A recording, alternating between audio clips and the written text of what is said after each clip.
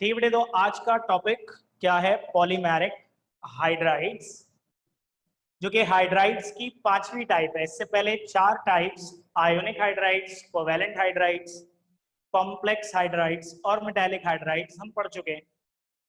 Number 5 is polymeric hydrides. और इसको समझने के लिए जो सबसे पहली चीज आपको मालूम होनी चाहिए वो क्या है बेटा? पॉलीमर, जो कि बायोलॉजी के स्टूडेंट्स तो जानते होंगे, उन्होंने अक्सर ही सुना होगा। इंजीनियरिंग वाले बच्चे हमारे जो हैं उनकी नॉलेज देखते हैं। हाँ भाई, तो इंजीनियरिंग के पहले आप बताइए कि पॉलीमर किसे कहते हैं? हाँ भाई, कॉपी पेस्ट नहीं मार देना कल की तरह। कल कुछ पूछा था ना मैंने। हाँ भाई, तो कॉपी पेस्ट नहीं मार देना, बताएं।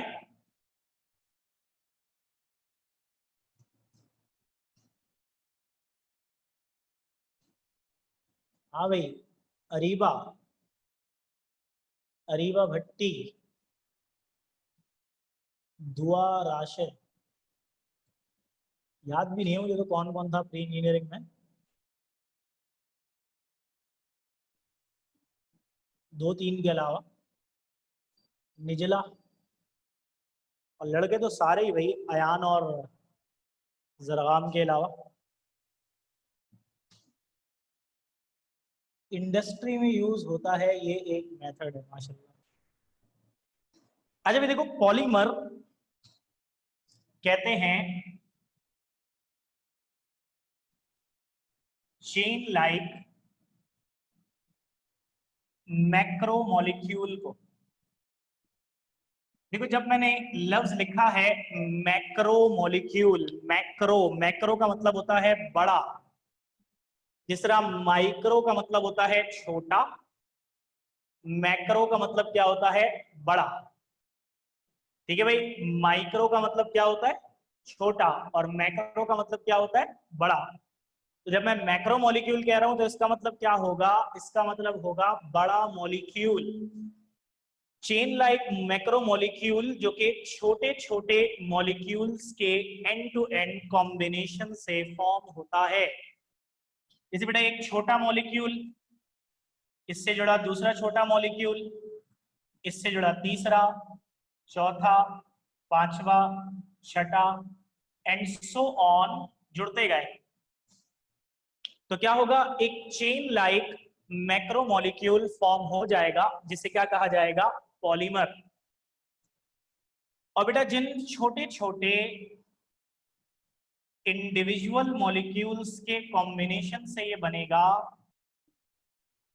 वो कहलाएंगे मोनोमर्स। ठीक है भाई, जिन छोटे छोटे मॉलिक्यूल्स से ये बनेगा वो क्या कहलाएंगे? मोनोमर्स। ठीक है भाई, तो फर्स्ट ऑफ ऑल ये बताइएगा मुझे, पॉलीमर समझ में आ गया सबको कि क्या होता है? इंजीनियरिंग वालों, बेटा मुझे इंजीनियरिंग वालों के रिप्लाई चाहिए। निजला, अरीबा, लड़कों, लड़कों एक्सक्लूडिंग अयान। जी, समझ में आ गया? अरीबा नहीं समझ में आया? माशाल्लाह। अरीबा बेटे, अच्छा नबीरा, सुन ले बेटे, ये एक छोटा सा मॉलिक्यूल है। ये सब छोटे छोटे मॉलिक्यूल्स हैं जो मैंने रेड कलर के डॉट्स से शो किए हैं। ये सब छोटे छोटे नन्हे मुन्ने मॉलिक्यूल्स हैं। मैं कह रहा हूँ ये एंड टू एंड जुड़ते जा रहे हैं, जुड़ते जा रहे हैं, जुड़ते जा रहे हैं, जुड़ते जा रहे हैं। तो इस तरह इन छोटे मॉलिक्यूल्स की एक चेन फॉर्म हो जाएगी। है भाई, end to end, end to end, end to end इनको जोड़ते जाएं तो इससे इन छोटे छोटे मॉलिक्यूल्स की क्या फॉर्म हो जाएगी? एक चेन। ठीक है बेटा, और ये जो चेन फॉर्म होगी इसे क्या कहा जाएगा? पॉलीमर। तो बेटा, छोटे छोटे मॉलिक्यूल्स के कॉम्बिनेशन से जो बड़ा मॉलिक्यूल है वो बड़ा मॉलिक्यूल क्या कहलाता है? पॉलीमर। और वो जिन छोटे मॉलिक्यूल्स के कॉम्बिनेशन से बनता है वो छोटे मॉलिक्यूल्स क्या कहलाते हैं बेटा? मोनोमर्स। हाँ भाई, अब समझ में आ गया? अरीबा, नबीरा, बताइए बेटे, अब समझ में आ गया? अच्छा भाई, अब पॉलीमेरिक हाइड्राइड्स क्या है? Binary compounds of hydrogen with beryllium and magnesium are polymeric in nature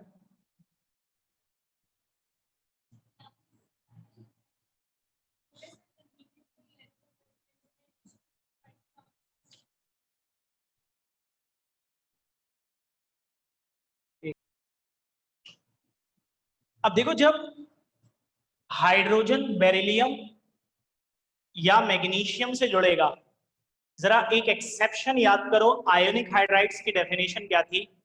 binary compounds of hydrogen with s block elements except beryllium and magnesium. याद आ रहा है कि जब हाइड्रोजन किसी भी एस ब्लॉक एलिमेंट से जुड़ेगा सिवाय इन दो के, किस किस के? बेरिलियम और मैग्नीशियम के। तो बेटा हाइड्रोजन जब भी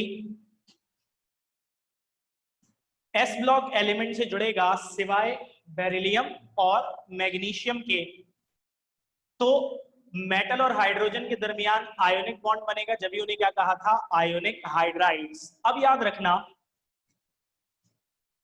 हाइड्रोजन बेटा जब भी बेरिलियम या मैग्नीशियम से जुड़ेगा,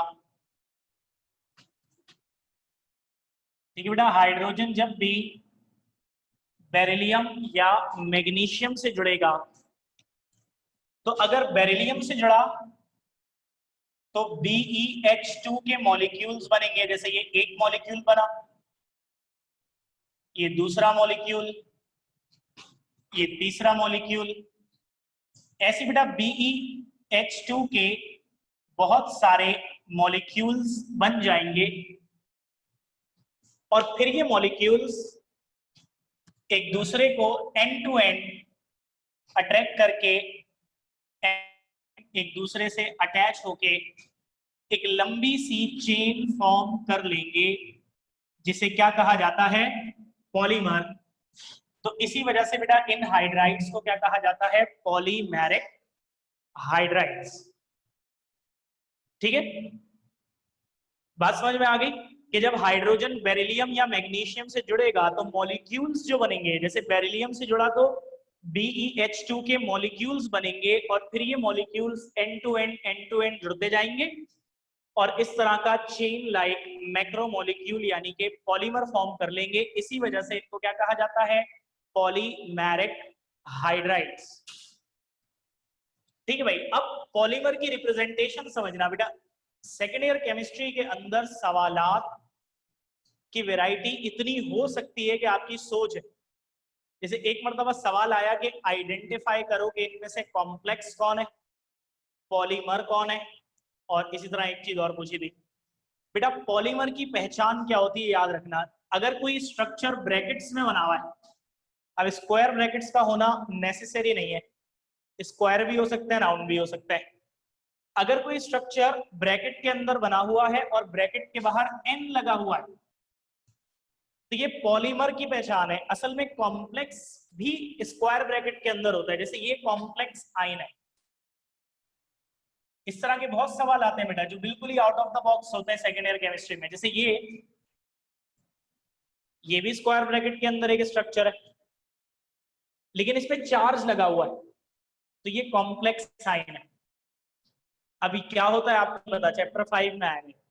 तो keep this in your mind कि आपको पॉलीमर की पहचान बता रहा हूं कि अगर कोई भी स्ट्रक्चर ब्रैकेट्स में बना हुआ हो, चाहे स्क्वायर ब्रैकेट्स में या राउंड ब्रैकेट्स में, और ब्रैकेट के बाहर एन लगा हुआ हो, तो याद रखिएगा बेटा कि वो पॉलीमर की रिप्रेजेंटेशन होती है। तो लिखेंगे बेटा BeH2 और MgH2 molecules combine end to end to form polymer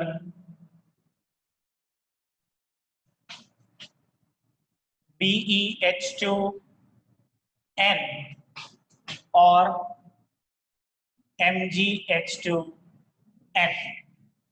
ठीक है भाई, तो जब हाइड्रोजन बेरिलियम से जुड़ेगा BeH2 मॉलिक्यूल्स बनेंगे, मैग्नीशियम से जुड़ेगा MgH2 मॉलिक्यूल्स बनेंगे, फिर ये molecules end to end combine होते जाएंगे और पॉलीमर फॉर्म कर लेंगे। इसी वजह से इन्हें पॉलीमेरिक हाइड्राइड्स कहा जाता है। नाउ बेटा ये देखो, ये फॉर्मूले की रिप्रेजेंटेशन आ गई। BeH2 को मैंने लिखा ब्रैकेट में और ब्रैकेट के बाहर क्या लगा दिया, N। MgH2 को मैंने लिखा ब्रैकेट में, ब्रैकेट के बाहर क्या लगा दिया, N। मैंने बताया किस चीज की रिप्रेजेंटेशन होती है बेटा, ये होती है पॉलीमर की रिप्रेजेंटेशन, याद रखिएगा। आखिरी पॉइंट जो इसमें लिखना है कि their properties are between ionic and covalent hydrides. इनकी प्रॉपर्टीज आयोनिक और कोवेलेंट हाइड्राइड्स के दरमियान में है। यूं कह लीजिए कि कुछ प्रॉपर्टीज आयोनिक वाली है और कुछ प्रॉपर्टीज कोवेलेंट वाली है। जैसे बेटा आयोनिक की तरह ये सॉलिड होता है, इनका मेल्टिंग पॉइंट हाई होता है। ठीक है भाई, आयोनिक की तरह ये सॉलिड होते हैं और इनका मेल्टिंग पॉइंट हाई होता है। कोवेलेंट की तरह ये पानी में सॉल्युबल नहीं होते। तो कुछ प्रॉपर्टीज आयनिक वाली है, कुछ प्रॉपर्टीज कोवेलेंट वाली है। इसी वजह से ये पॉइंट हमने लिखा है कि their properties are between ionic and covalent hydride. हाँ बेटे, क्लियर हो गया, सबको समझ में आ गया है? पॉलीमेरिक हाइड्राइड क्लियर हो गया बेटा सबको?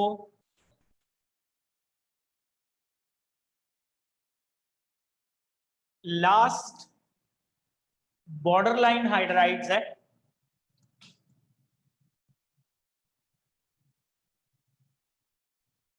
ठीक है बेटा, लास्ट है border line hydrides.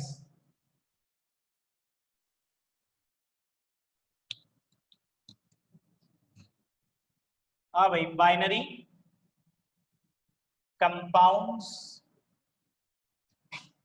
Of hydrogen with border line metals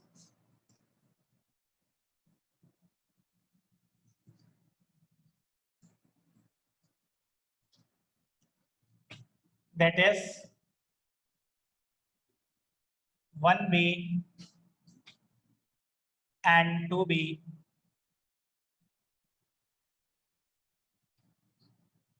are called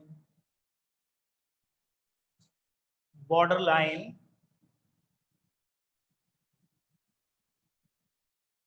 hydrides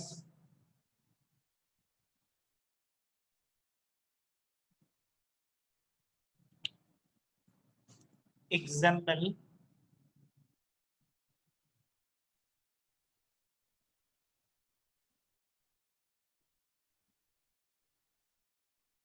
CuH2, ZnH2, etc.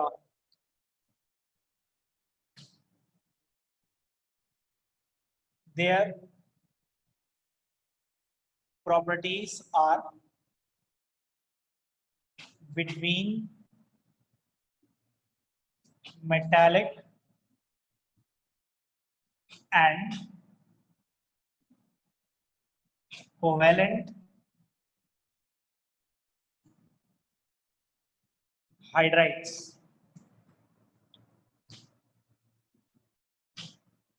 अच्छा बेटा, पीरियोडिक टेबल के अंदर,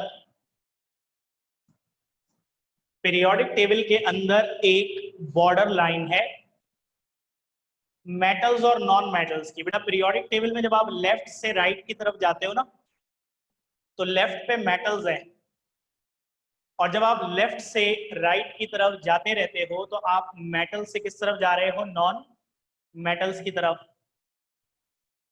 अब बेटा मेटल से नॉन मेटल्स की तरफ जाते हुए एक बॉर्डर लाइन आती है और उस बॉर्डर लाइन पर दो ग्रुप्स हैं, 1b और 2b। इन ग्रुप्स के मेटल्स को बॉर्डर लाइन मेटल्स भी कहा जाता है। और बेटा हाइड्रोजन जब इन बॉर्डर लाइन मेटल से जुड़ेगा, यानी ग्रुप 1b और 2b के किसी मेटल से जुड़ेगा, जैसे कि ग्रुप 1b का कॉपर होता है, कॉपर से जुड़ेगा तो क्या बनेगा, कॉपर हाइड्राइड CuH2। 2b का जिंक होता है, जिंक से जुड़ेगा क्या बनेगा, ZnH2 जिंक हाइड्राइड। तो बेटा ये जो हाइड्राइड्स हैं क्या कहलाएंगे, बॉर्डर लाइन हाइड्राइड्स। और इनकी प्रॉपर्टीज मेटालिक हाइड्राइड्स और कोवेलेंट हाइड्राइड्स के दरमियान में होती हैं। प्रॉपर्टीज दरमियान में होती है, इस बात का मतलब मैंने क्या बताया था आपको कि कुछ प्रॉपर्टीज आयोनिक वाली, सॉरी कुछ मेटालिक वाली और कुछ कौन सी होती हैं, कोवेलेंट वाली। बस बेटा इतनी ही डिस्क्रिप्शन है बॉर्डर लाइन हाइड्राइड्स की। यहाँ पे हाइड्राइड्स का टॉपिक मुकम्मल हो जाता है, चैप्टर भी मुकम्मल हो जाता है। अब जरा बेटा गिनो मैंने कितने रीजनिंग क्वेश्चन चैप्टर में करवाए हैं। बेटा मैंने एटॉमिक हाइड्रोजन में एक रीजनिंग क्वेश्चन कराया था, कौन सा, रिएक्टिविटी वाला। मैंने बोला था दो तरह से सवाल आ सकता है कि why molecular hydrogen is less reactive than atomic hydrogen, या why atomic hydrogen is more reactive than molecular hydrogen. तो ये मैंने वहां पे आपको लिखवा दिया था। एटॉमिक हाइड्रोजन में हेडिंग थी रिएक्टिविटी कंपैरिजन की, उसमें ठीक है बेटा। पोजीशन में कोई रीजन नहीं है। बाइनरी कंपाउंड्स में आयोनिक हाइड्राइड्स में दो रीजन, ठीक है बेटा, और मेटालिक हाइड्राइड्स में दो है। मेटालिक वाले मैंने दोनों करा दिए थे, आयोनिक वाले दो रीजन अभी करा रहा हूं। इस तरह बेटा चैप्टर पूरी तरह से मुकम्मल हो जाएगा और आप इसको एज इट इज याद करेंगे। ठीक है भाई, क्लियर है बेटा, यहां तक की बात सबको क्लियर है। बस आखिरी दो रीजनिंग क्वेश्चन लिखेंगे और चैप्टर को खत्म कर देंगे। बेटा क्वेश्चन लिख रहा हूं, आंसर डिक्टेट करूंगा, इसी वजह से जरा ध्यान रखिएगा। हाँ भाई, पहला Y ionic hydrides are called salt like or saline hydrides। बेटे आयोनिक हाइड्राइड्स को सॉल्ट लाइक या सेलाइन हाइड्राइड्स क्यों कहते हैं, ये सवाल है। ठीक है बेटा, दूसरा सवाल अभी नहीं लिखना, पहले इसका जवाब लिखवाऊंगा, फिर अभी सिर्फ सवाल मैं बोर्ड पे लिख रहा हूं, जब बोलूं जब लिखना। Why ionic hydrides are called true hydrides.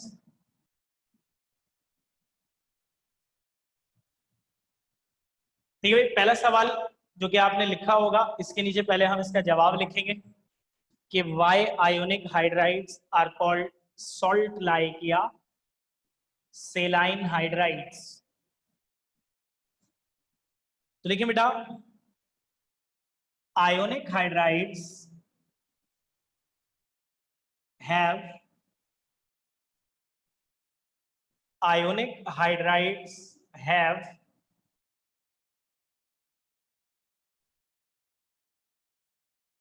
crystalline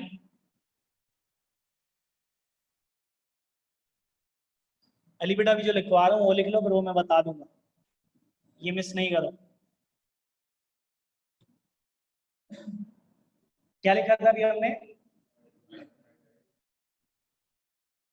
ionic hydrides have crystalline structure having positive and negative ions in three-dimensional arrangement,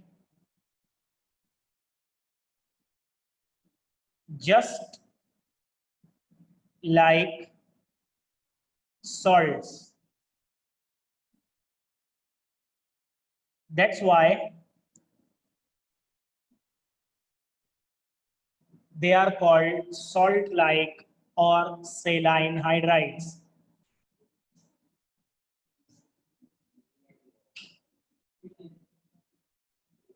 Three-dimensional arrangement. That's why they are called salt-like or saline hydrides. Clear है बेटे? हाँ भी लिख लिया सबने? क्या लिखा है हमने? एक बार रिपीट कर रहा हूं, ionic hydrides have crystalline structure having three-dimensional arrangement of positive and negative ions. That's why they are called salt-like or saline hydrides. जी बेटे लिख लिया है सबने? हाँ भाई, अयान, आमिर, अली, अलिशबा, अलीजा, आमना, अनम, अरीशा, अरीबा, अशर, दुआ, दुआ, राशिद। दूसरा सवाल लिख लें बेटा जो लिख चुके हैं। हाँ भाई, फातिमा, फिदा, हदीका, हमना, कशफ लिख लिया सबने? लाइबा, मनाहिल, मारिया, मुनीबा,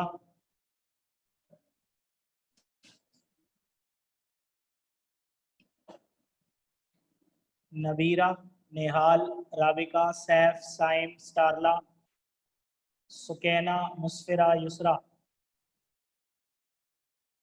महजियर, रासिया। सबने लिख लिया? दूसरा सवाल लिख लें। Why ionic hydrides are called true hydrides? Ionic hydrides को ट्रू हाइड्राइड्स क्यों कहा जाता है?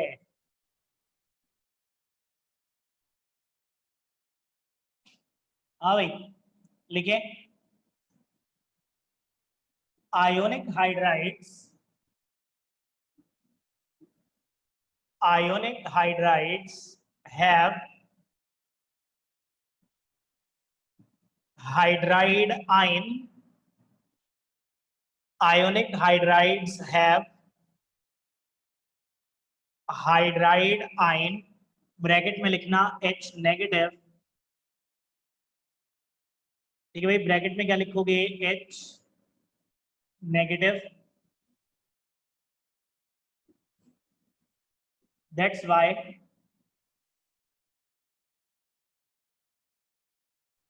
true hydrides. ठीक है भाई, that's why they are called true hydrides. हाँ भाई, आयोनिक हाइड्राइड्स में ना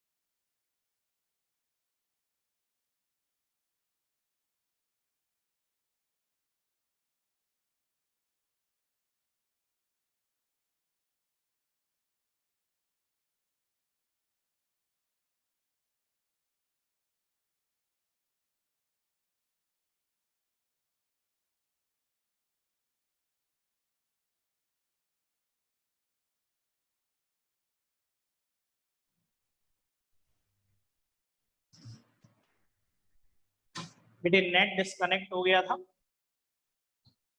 जिसकी वजह से ये हो रहा है।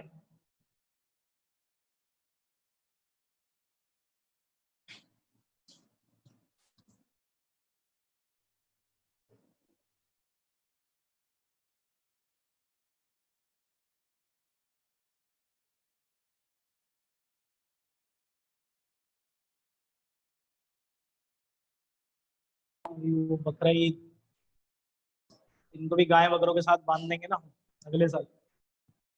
हाँ बेटे लिख लिया था सबने। Ionic hydrides called true hydrides का रीजन तो मैं क्या बता रहा था कि बेटा आयोनिक हाइड्राइड्स वो वाहिद हाइड्राइड्स हैं जिनमें H नेगेटिव आयन होता है, और H नेगेटिव आयन का ही असल नाम हाइड्राइड आयन।